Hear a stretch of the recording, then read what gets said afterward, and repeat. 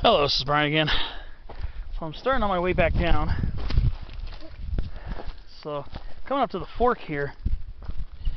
So that's the way I went to go to Hayes Peak. So I'm going to be heading this way to be heading down. So again, you know, right where that Jeffrey pine is, go down slope a little bit, you run into the fork. So I came up this way. I didn't see this trail until I was up here. So this is the way back down right now.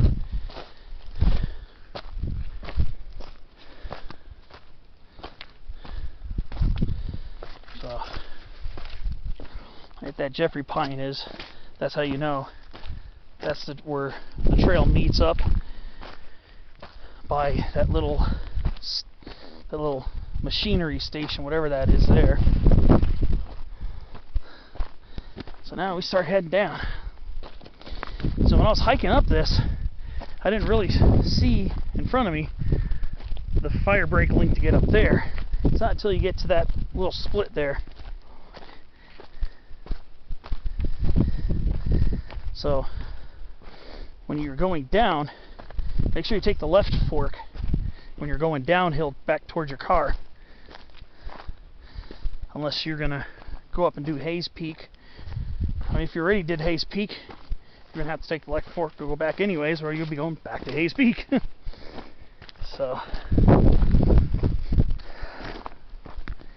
it's very, very nice outing. Our beautiful common chemise over here.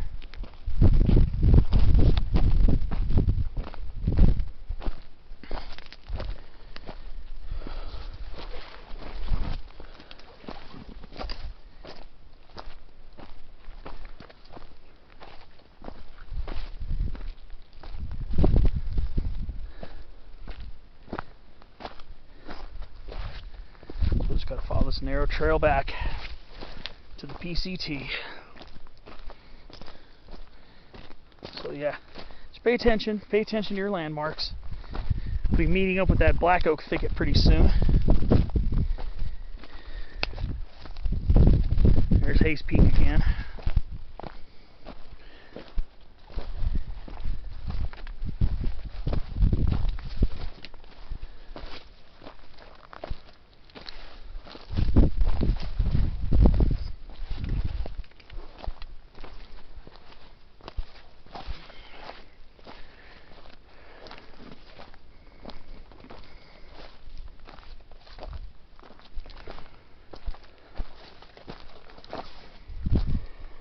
Here's where the chaparral tunnel gets narrow. Provides partial shade, depending on the angle of the sun. Your shirt will get caught on some manzanita. It's pretty much unavoidable. I said the trail is easy to follow. It's just the branches grow pretty hardcore over here, over the trail.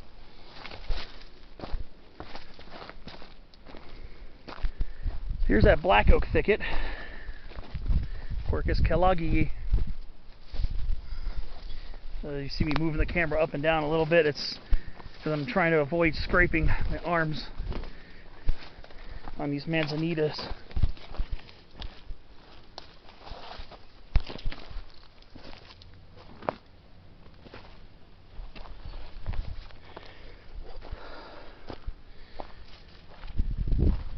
There we are. Quercus kelloggi, the black oak.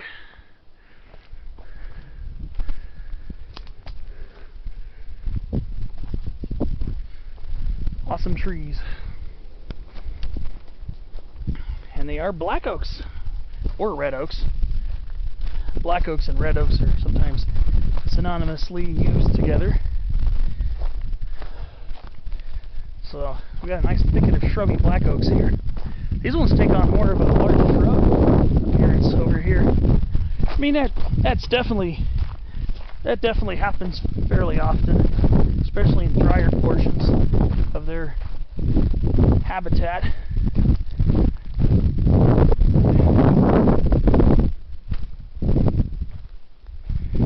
These beautiful scrub oaks here. Got acorns on them.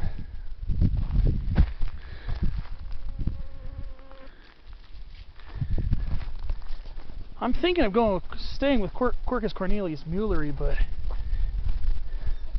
Cornelius Muelleri leaves are usually a little fuzzier, so I don't know. Some of these oaks are a little troublematic. Oh, I didn't even notice this earlier. Utah serviceberry, Emilanki or Utahensis. It looks like the leaves might start changing color soon. Now they can change different colors. I've seen it. Usually it's going to be some kind of a yellowish color on these when they change. But I have seen oranges and slight reddish tinges in the San Bernardino Mountains before. I have seen it before. But yeah, this is Emilanki or Utahensis. Utah serviceberry. This is an old one too. One that hasn't been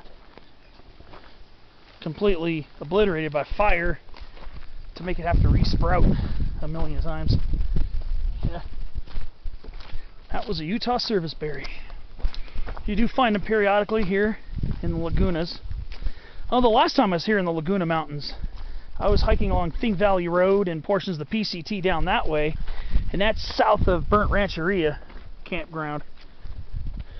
Actually, a little south of that, Burnt Rancheria, and I think Desert View picnic areas.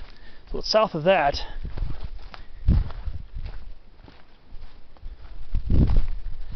And there were more of them. Now here's another one right here.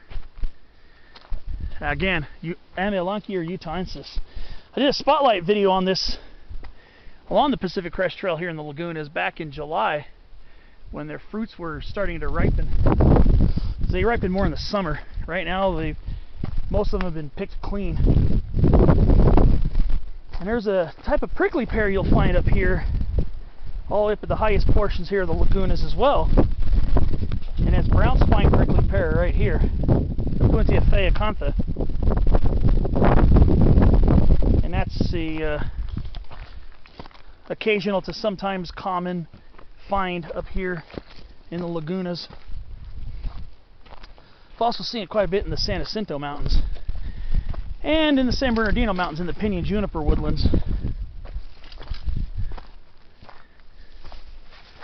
Here we do have, I don't think we have a species of juniper that grows here in the lagunas.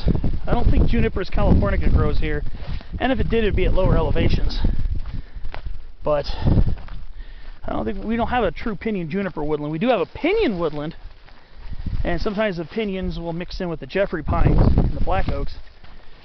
But we don't have a pinyon juniper woodland. Of course, we don't have a juniper to grow with. Again, Prunus ilicifolia.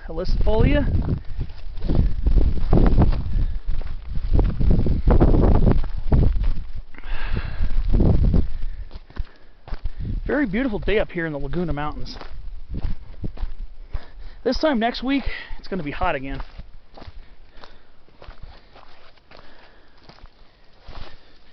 Could be approaching the upper 90s again where I live. And I might have to work on my normal day off. One of my normal days off, so there's actually a pretty good chance that next week is going to be a no-go for hiking, which I'm not looking forward to that. I missed out last week. So we're back here at the PCT. Okay, once again, when you came up here, you're branching a right. Now, you're going to bear left to go down. So we'll be on the PCT for a little while.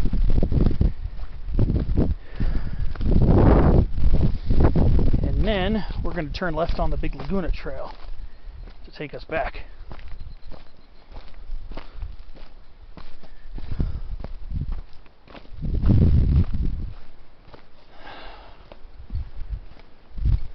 So when you get to the Big Laguna Trail, turn left, follow it the last half a mile.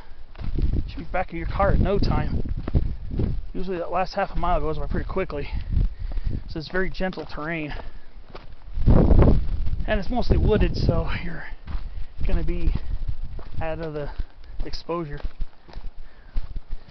Today's not a very hot day. Sun's warm, but the air, for the most part, is quite pleasing. Unlike the last few weeks where I was sweating through my shirt, also thanks in part due to high dew point and humidity, subtropical moisture. That's not a case this week. That's not the case. The air is quite a bit drier. It's not Santa Ana winds dry, but I didn't sweat very much. Most of the sweating I did was going uphill, probably towards Hayes Peak, maybe a little bit, and a little bit up on towards Monument Peak. But other than that, it's been a good go. Very beautiful day up here. All right, well, there's a pinion right there. There's a pinion pine. How the heck did I miss it going up? I'm going to assume that's probably Pinus quadrifolia. Perry pinion, probably. I'm assuming that's what that is. But I believe single leaf pinion might be voucher here too. Pinus quadrifolia. If you watch my spotlight video on the Perry pinion, you're going to hear me go in depth about the controversy of the nomenclature or the naming of the plant. The controversy of what it actually is or what it might actually be. So if you have time, check out my spotlight video on Perry pinion. Did that here in the Lagunas back in the end of May. Look at this monster right here. This is a monster pinkback manzanita. Arctostaphylos pringli subspecies Europacea. This is a pinkback manzanita right here, folks. This is an old one. I don't believe these resprout from burls. I don't believe this species is supposed to be a burl resprouter. Not like Eastwood manzanita and a few of the other species are. This species, I believe, has to regenerate. So this one looks like it burned partially, but not enough to kill it outright. Well, this is an old pinkback manzanita. This is kind of like the size of quite a few of the ones you'll see in the San Jacinto Mountains, especially near the Idlewild area. I've seen some pretty large ones there. I remember when I was a kid, I was staying with my family, and I were staying with friends of our family back in the late 90s when I was in high school. And I remember we were in Pine Cove at a little above 6,000 feet.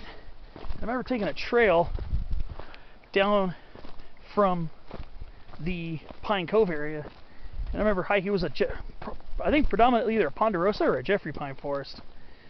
Back then I really didn't know much of the difference between the two, but I remember hiking with huge manzanitas all over. Huge manzanitas towering way over my head, like that. Some of them maybe even taller. And back then I knew what a manzanita was, but I didn't know how to separate them as a kid. So pretty sure those were pinkback manzanitas that were towering over my head. They were huge. I just remember walking that trail and just being amazed at how large some of those were. Absolutely amazing.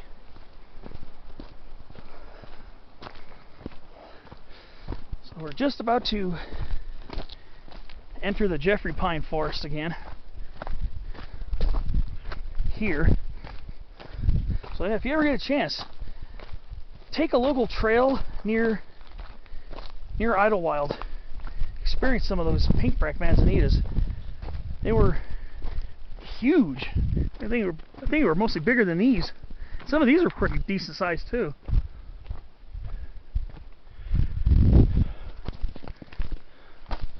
Sometimes borderline tree sized.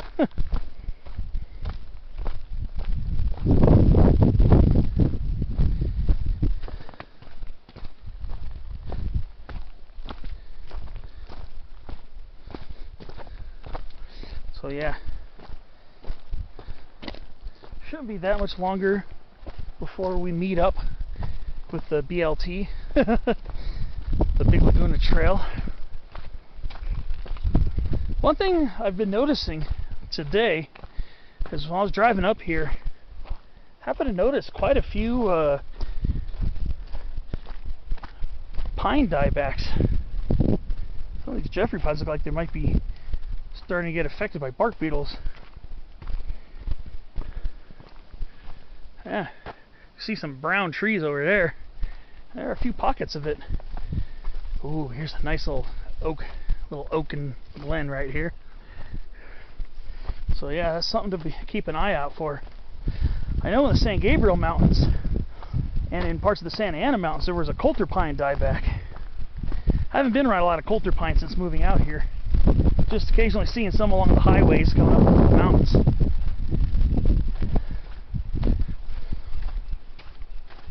Well, I'm hoping this summer's rainfall is going to help them build up some better sap reserves so they can flush some of the excess beetles out of their trunks. Because normally, you know, a smaller amount of beetles I don't think is going to devastate a whole tree, but once they start attacking in huge numbers and not getting flushed out by the tree's sap, it's definitely a cause for concern, and that's where we get massive diebacks. I still have a feeling in the pit of my stomach from my first visit to the Sierra Nevada and watching entire slopes of dead ponderosa pines on the way to Sequoia National Park, and that just left a really uneasy feeling in me, seeing that. Parts of the Sierras just completely devastated. And those are mostly the ponderosas. These are Jeffreys. Jeffrey pines tend to be more drought tough.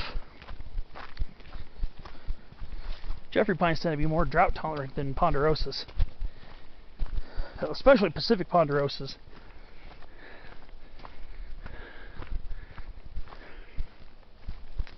So, not gonna lie, concerns have been raised.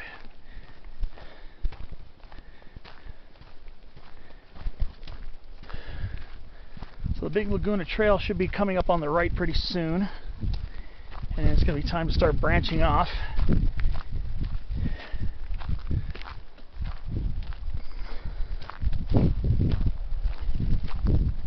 Once I get to that, I'm thinking it's going to be the end of the video set. I'm probably going to start getting into spotlight videos. It's been a couple weeks. Kind of would like to do one.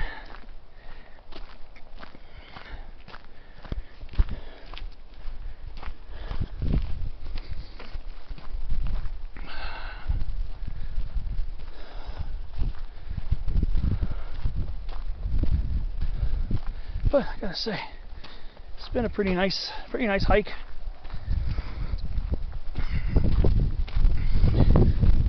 Very nice outing here.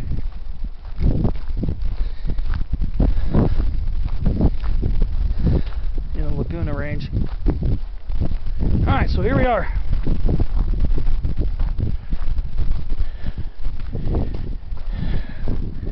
Continuing straight, continues on the PCT, Pacific Crest Trail. However, we're getting back on the Big Laguna Trail. So PCT, National Scenic Trail, has that rounded triangular profile with the pine tree in the middle and the mountains in the background. The Big Laguna Trail has a different emblem.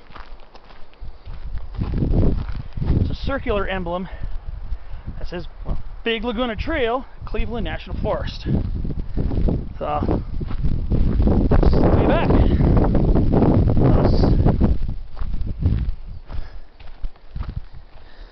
The last half mile of my awesome day out here.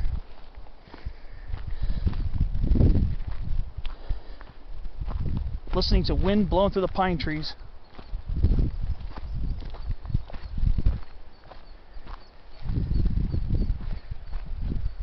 Some people have to have earbuds in while hiking. I actually don't like to have earbuds in while I'm hiking. Don't get me wrong, I love listening to music. I do. Especially when I'm driving or or whatever. But I don't need it while I'm hiking. Well, nature is my music. Well, that's going to do it for this video. Thanks for watching my video set. I hope you enjoyed my hike up to Hayes and Monument Peaks. And I will see you on the next adventure. Thanks for watching. This will do it for me, as I'm heading back to the car just along this stretch.